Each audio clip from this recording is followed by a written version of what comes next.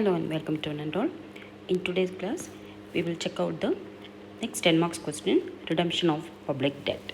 So LAQ 14. So this is the last important question which I have mentioned. Okay. So the last one, the long answer question number 14. Explain the concept of public debt and describe the various methods of redemption of public debt. So this is also from the 8th unit, macroeconomic analysis. Okay. Now what is the meaning of public debt? Okay, so just remember, public debt is not the debt of the public, the general public. Here it refers to the government.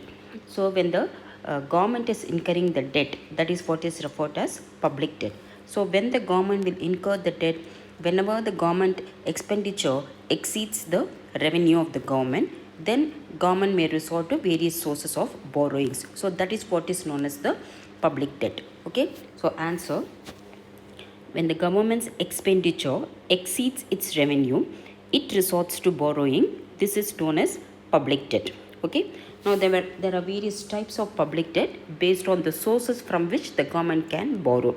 So the government can borrow either within the country, that is what is known as the internal debt, and if the government can borrow from outside the country also, that is from the foreign governments, foreign banks, foreign financial institutions. So that is what is known as the external debt. So based on these sources of borrowings of the government, it is classified into two types. That is, there are two sources of public debt. The first one is the internal debt.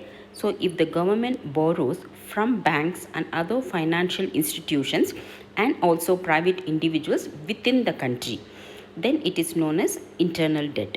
And second one, external debt, if the government borrows from the sources outside the country, such as foreign financial institutions like IMF, World Bank, or from foreign governments, etc., then it is known as external debt. Okay, so the main important significance is the redemption of public debt. That is how the government repays the debt which it has borrowed. Okay, so there are several ways, several methods through which the government can repay the public debt. Okay, so those methods are known as the redemption of public debt. Okay, so the redemption of public debt, repayment of public debt by the government is known as redemption of public debt. The various methods of redemption of public debt are: the first and foremost one, surplus budgets. So the name itself says, whenever the budget of the government is showing the surplus, that is, whenever the government's revenue is more than the expenditure, out of that excess revenue, the government can repay the debt loan which it has borrowed. So the first one, surplus budget. Whenever the government's revenue is more than its expenditure, then it can use the excess revenue to repay the public debt. But it is very easy to say.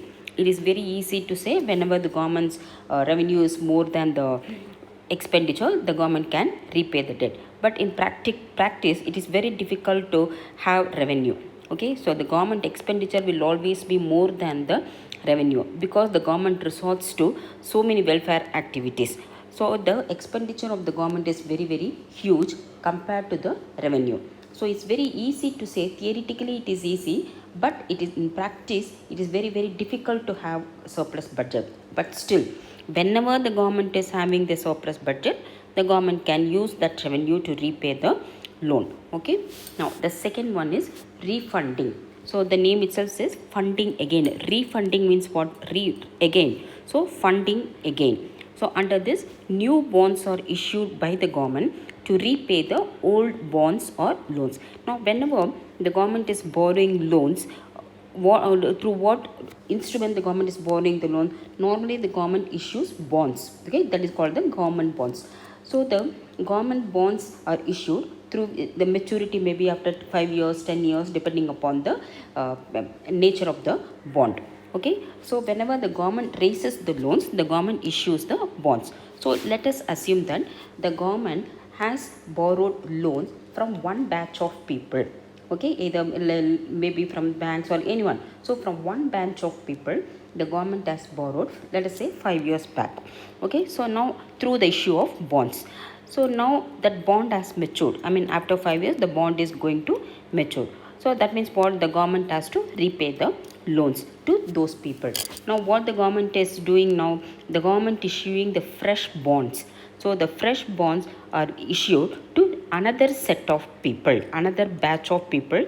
New bonds are issued by the government, and from whatever the money which the government is collecting from by issue of new bonds, the old bonds, the old loans are repaid. That's why the government is funding again. So new bonds are issued to new batch of people, and through that money the government repays the old loans to the old bonds which are maturing. So that is the refunding.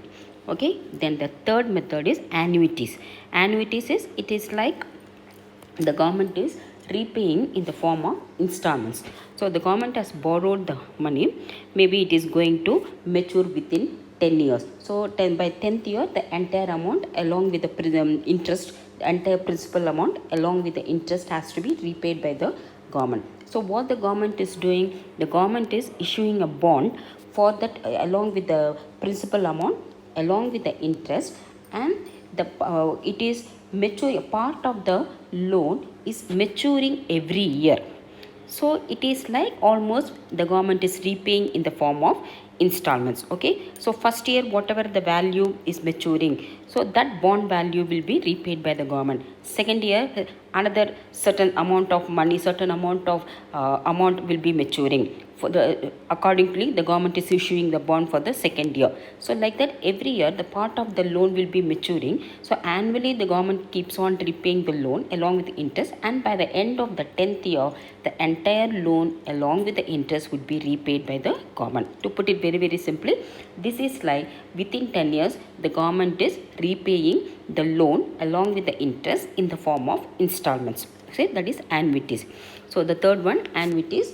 By this method the government repays part of the public debt every year along with interest. Okay, now fourth one, sinking fund.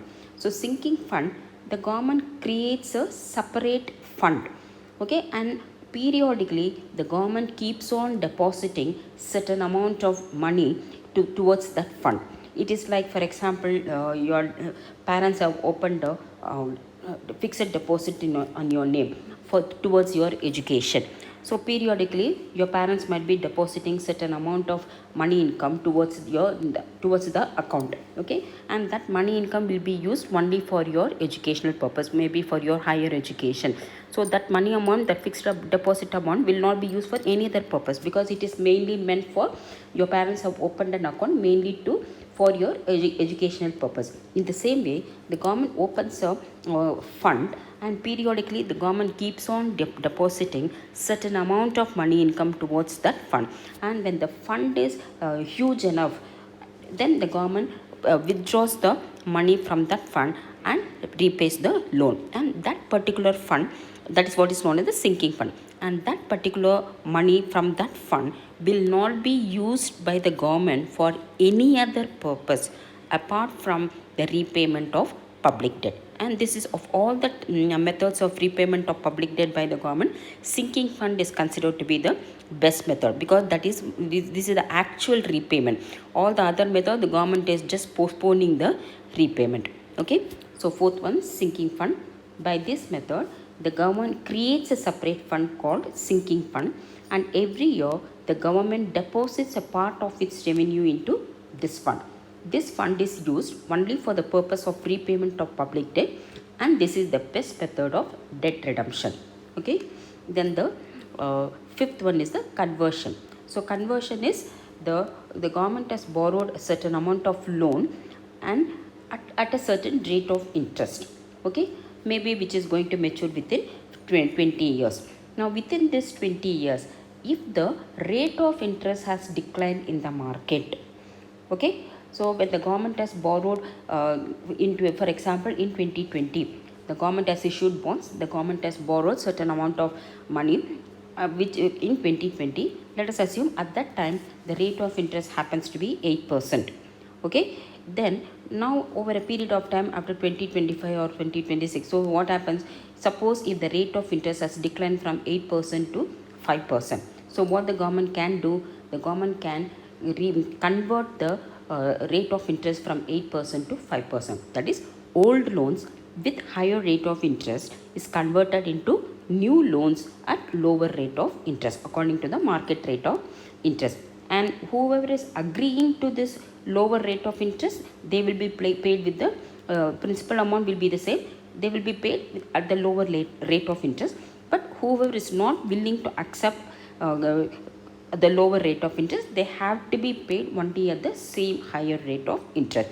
And this conversion has to be done by the government before the date of maturity of the loan. Okay, that is conversion. So fifth one, by this method, the old loans at higher rate of interest is converted into new loans at lower rate of interest before the date of maturity. Okay, but this method is advantageous only when the rate of interest charged on new loans is lesser than the rate of interest to be paid on the existing loans, isn't it? Obviously. So when the market rate of interest is not remaining constant, it keeps on fluctuating. So if the rate of interest is lesser and if the lender agrees to that lower rate of interest, then the government can convert the old loans at a higher rate of interest with the new loans at lower rate of interest. Okay.